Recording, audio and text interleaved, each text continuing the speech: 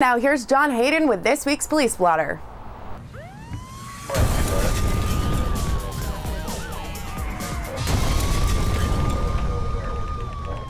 Good evening. I'm John Haydon and have been for quite some time.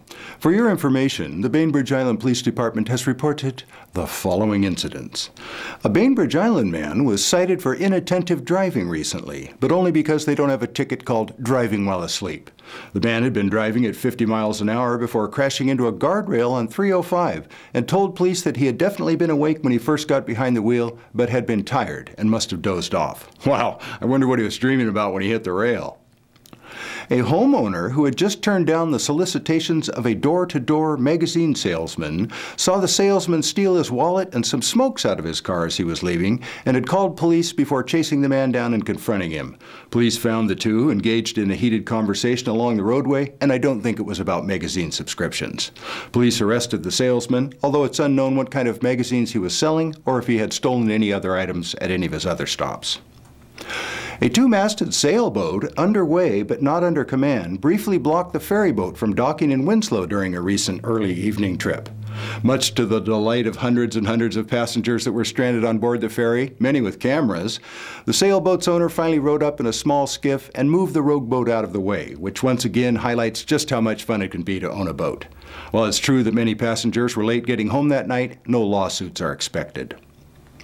A Bainbridge Island man hit a stop sign before plowing into a ditch after trying to turn onto Day Road from Sunrise Drive at too high of a speed. You think? He didn't even make the corner. Maybe he was taking a nap behind the wheel like that other guy. In the man's defense, he has made the same turn many times in the past without incident.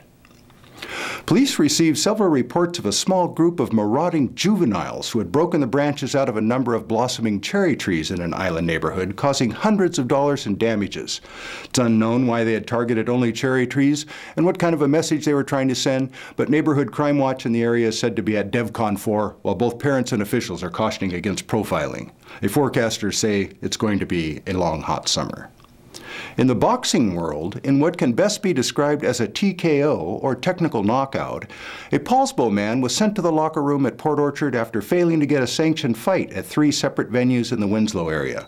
One spectator said that the fighter had been through quite a few rounds earlier at a local bar and was staggering and appeared to be punch-drunk even before trying to get a match. Others agreed but could not agree on which round had brought the man down.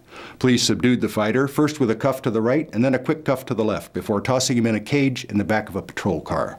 The contender continued talking big from the cage, but his bravado rang hollow as officers monitored radio calls and took notes during the ride to the post-fight interview at County.